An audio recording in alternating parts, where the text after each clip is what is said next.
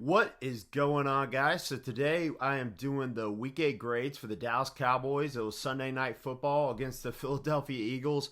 And man, that was kind of an ugly game to watch, but from the perspective of a Dallas Cowboys fan, I think it was nice to see the team finally just put in effort, especially the defense. But let's go and jump into it and start with the quarterback position. And guys, Ben DiNucci, don't want to be too harsh on the guy, but man, he was pretty bad, and he had no interceptions, no touchdowns, but it felt like he could have thrown like at least 4 or 5 interceptions in that game. There was a lot of balls that the Eagles defense just completely dropped or just weren't in the right spot. As far as just doing enough to help the team win, he kind of lacked. I mean, there was a couple drives where the offense as a whole at least put some points on the board. But when it came down to it, and it was, 15-7 or 15-9, I mean, we couldn't score a touchdown the whole game to win the game, to take the lead. So for that reason, I would really probably have to give Ben DiNucci an F. For his standard, that's probably not fair. I mean, he's a 7th-round pick. He's a rookie. He was thrown to the wolves, like I said. So I'm not trying to be really hard on the guy. He just wasn't good. He just didn't really show anything. Not that anybody really should have expected him to. Next, we're going to move on to the running back position. And Ezekiel Elliott's another guy that kind of struggled. I mean, he had some nice runs. It doesn't seem like the offensive line was great. He was able to protect the ball, though, some. And I don't know if he was really put in a position to win. So I would give him a C. And I would give Tony Pollard a B. I thought Tony Pollard played a really good game. Even blocking, even looked like he ran with some power. So I really like what I saw out of Pollard. If I'm grading running backs together, I guess I'd have to go with like a C+. Next would be the wide receiver position, and this is where it gets a little ugly. Amari Cooper wasn't really involved very well. He was pretty well covered throughout the game. Not too sure who was covering him, but he was basically blanketed. He had one catch, and he was blanketed on that one catch. Michael Gallup had a drop, but he was definitely targeted the most. He played okay, but I've seen much better games out of Michael Gallup, even when he wasn't getting the same amount of throws towards him. CD Lamb's another guy. He had a few catches. He just didn't show much, but overall, if I'm grading the receiver group for the game, considering the offensive line wasn't great, considering we got Ben DiNucci out there, I would have to give them like a C. I don't want to go too low on them, even though they didn't play well. But I don't think they really did anything to kill us either. There was a couple catches that should have been that ended up being drops. But outside of that, they were just okay. The tight end group, gosh, Dalton Schultz got called for a hold, and that was on a first down, and it moved us to like 1st and 11, so it wasn't a big deal. I don't really remember him having any catches. I don't remember him getting a ton of targets either. I remember one ball he really didn't have much of a chance at. As far as in the block game, Blake Bell was pretty good in pass blocking and protecting Ben DiNucci, so in his few opportunities. So outside of that, I guess you could give them just kind of an unfinished grade, but I'd give them something in the C range because they just didn't do much. Not really sure if that's on them, though. Another thing I'd like to see, if we're going to run that Wildcat, which we did over and over again, then use Blake Bell some. He's a big, strong, not super athletic tight end, but he did play quarterback in college at the University of Oklahoma, so maybe let him throw a couple times, let him run a couple times instead of just Zeke, Cedric Wilson, Tony Pollard, that kind of thing. Moving on to offensive line. And guys, I mean, the offensive line was competitive, but it was really bad, especially at right tackle. Terrence Steele, it probably just shouldn't be on the team, probably shouldn't be in the league. I would think we could go get a guy off the streets today, and he'd probably be better than Terrence Steele. Pace Murphy comes to mind. He's a guy we signed in the offseason. He was never going to make the team, but it makes me wonder, would he be doing better right now? I mean, he's a bigger guy than Terrence Steele, so who knows? But I would at least try and do our due diligence ahead of the trade deadline and see if there's a free agent trade available for a late round pick, just somebody to fill in that can kind of take over that spot for the rest of the season. Doesn't have to be like a legitimate starter, but at least some legit depth, which I don't consider Terrence Steele that. Now, right guard, Zach Martin was just freaking awesome, and especially on the drives where we were really getting the run game going in the second half. He was a major part of that. We were running a lot behind Zach Martin, but he's one guy. He can't do it all. I would definitely give him like an A or B grade. Tyler Biotish, I actually think, really struggled, but it definitely helped him having two starters next to him. The other guys didn't. So it helped having Connor Williams on one side, and it really helped having Zach Martin on the other side, right? So Connor Williams, this was one of his better games. And again, it was mostly in the rush game where I thought he was pretty good. I thought he played pretty well. Was he average? Yeah, he was kind of average, but he did look like somewhat like an NFL starter in that game. Left tackle, Cameron Irving, I was okay with his performance as far as what you can expect out of him. He's a depth piece. He has started in the past, but I don't view him as a starter. So I thought he was okay. Overall, really hard to grade the group, right? Because you give someone like Cameron Irving maybe a C, Connor Williams maybe a C+, Biotish like a D, Terrence Steele like an F, Zach Martin like an A. So I guess maybe you can give the whole group like a C. They weren't god awful. They had their moments, but there were times when they weren't helping Ben DiNucci out any. So we'll move on to the defense side of the football, or the defensive side, where it gets a little brighter. And starting with defensive end, and this is another position where, some guys were just average, and I'm thinking like Alden Smith. Dorrance Armstrong was decent against the run, and I thought Randy Gregory, for his second game back, was actually okay. He was pretty decent. He showed flashes. He was fast to the ball, that sort of thing. So I liked what I saw out of him. Overall, those guys are a C. That might even be nice, maybe like a C-. DeMarcus Lawrence, Tank Lawrence, D-Law, whatever you want to call him, he was an A. He was awesome. He was giving hustle, effort, every single play. He had a couple plays that were just straight up game changers, sack fumble, that kind of thing. So overall, I guess I would give the defensive end group maybe a B, B-, but DeMarcus Lawrence definitely gets an A. Moving on to defensive tackle. And guys, that's a one position where the talent just isn't there. Tyron Crawford is just a money pit at this point for the team. Now, I am glad that we cut Don Terry Poe. That definitely helped. I'd rather see the other guys get snaps. Neville Gallimore, he wasn't even average, but he wasn't like god awful. And the other guys really were like Antoine Woods. Crawford every once in a while can get a little bit of rush, or pressure, but he just wasn't doing much. So Justin Hamilton, again, he showed flashes that first game, but I haven't really seen anything from him since then. So defensive tackle was bad. It was probably a D or an F. They had improved slightly from game to game. So, I wouldn't hate giving them a D, but they weren't good. I'll say that. Now, the linebacker group definitely looked like a work in progress, but man, it was nice to have Sean Lee back, and he was immediately the best linebacker when he was on the field. And you could feel his presence when he wasn't on the field, too.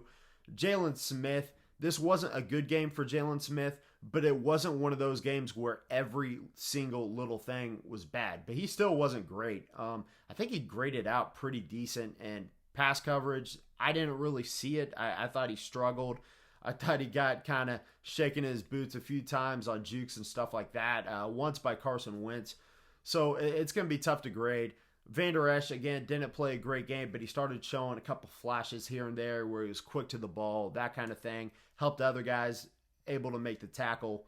So if I'm grading them as a whole, it's really tough to say, but I would put it in the C range, maybe just C+, because I thought there were a couple flashes from each of the guys here and there. Now, moving on to cornerback, defensive back. And guys, I thought it was awesome. I'm going to have a hard time rating Jordan Lewis. I don't think he was great in coverage, but I think he made a couple decent run-stopping plays. He wasn't great overall, like a C or a D. But, man, Anthony Brown was awesome, making plays, and big plays at that. These aren't just meaningless plays. These are plays on big third downs and big fourth downs. I think it was 4th and 1 where he had a really nice pass breakup. So Anthony Brown was clutch. He was great.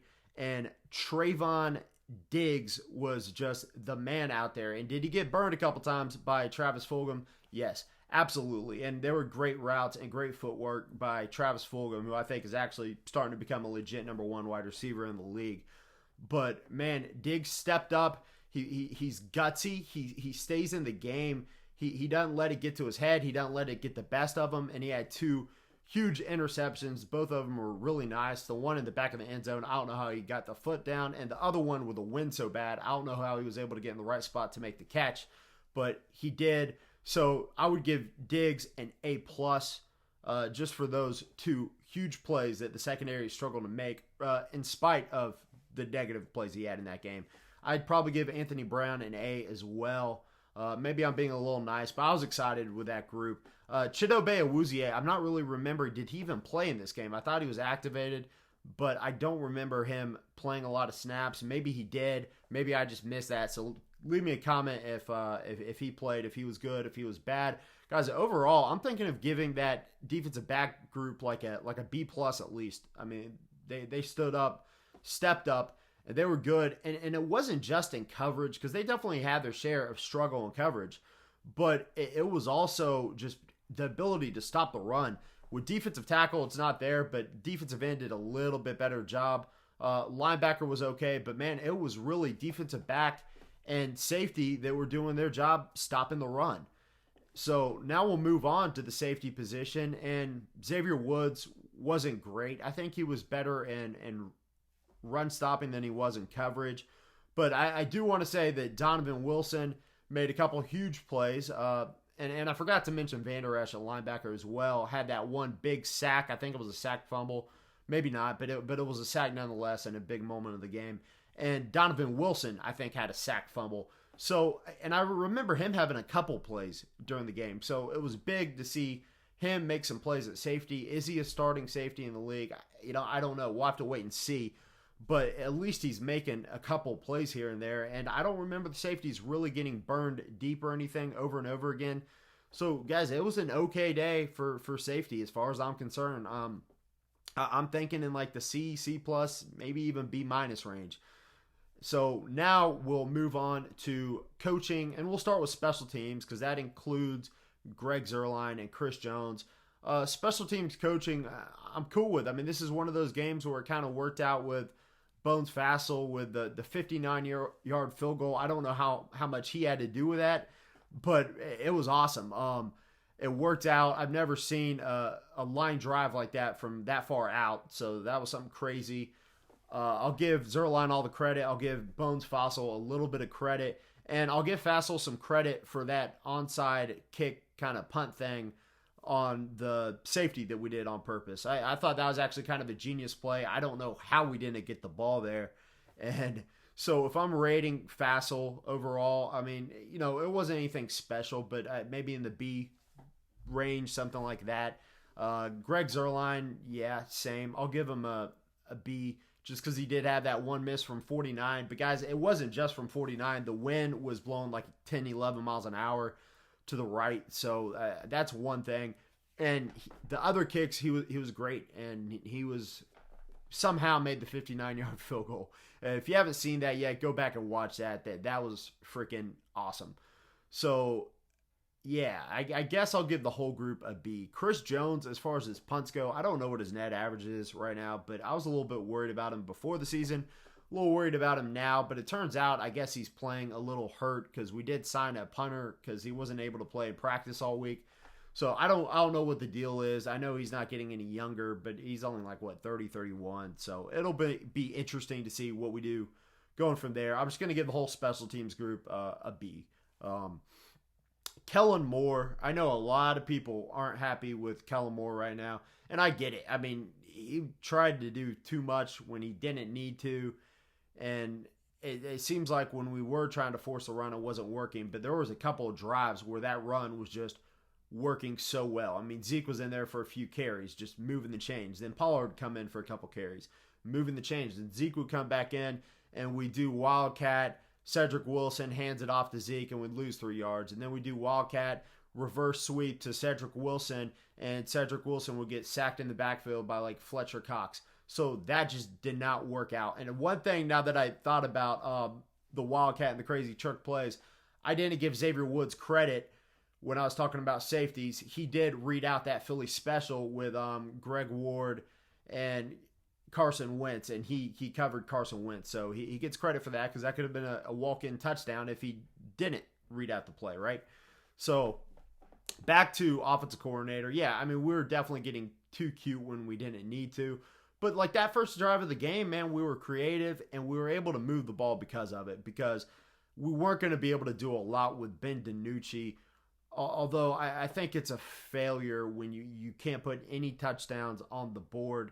I don't think Kellen Moore deserves an F because I do think he did some. I think he did some things right, but it wasn't good either. So I'm thinking like C minus D, like that kind of thing. So, you know, a lot of guys aren't excited with him. I understood a couple things though, like the Wildcat, just to keep the ball out of DiNucci's hands sometimes, try and help him out a little bit because he needed all the help he could get, right?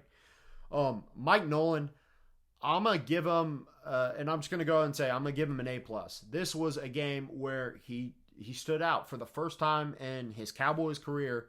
From start to finish, that defense didn't suck. They did give up a couple touchdowns, but even that touchdown later in the game, they were making the other team work for it. I mean, you could see the defense fighting. They definitely weren't quitting on the coaching. They weren't quitting on Mike Nolan. Maybe I'm giving Mike Nolan a little too much credit here, but I feel like I've been so harsh on him that he deserves it. So we're going to give Mike Nolan an A+. I could actually see the talent, something being done with it, right? So I was excited about that. Mike McCarthy, overall, you get like a D, dude. I mean, it wasn't great. I'm still not impressed with Mike McCarthy. I was more impressed with the defense than anything. So that's going to do it, guys. I'm going to start talking about the Steelers game as it gets later in the week. On Wednesday, I'm supposed to do a collaboration with JT Sports. So I'm really excited about that. Big time Steelers YouTuber. So hopefully I'll get that posted later in the week.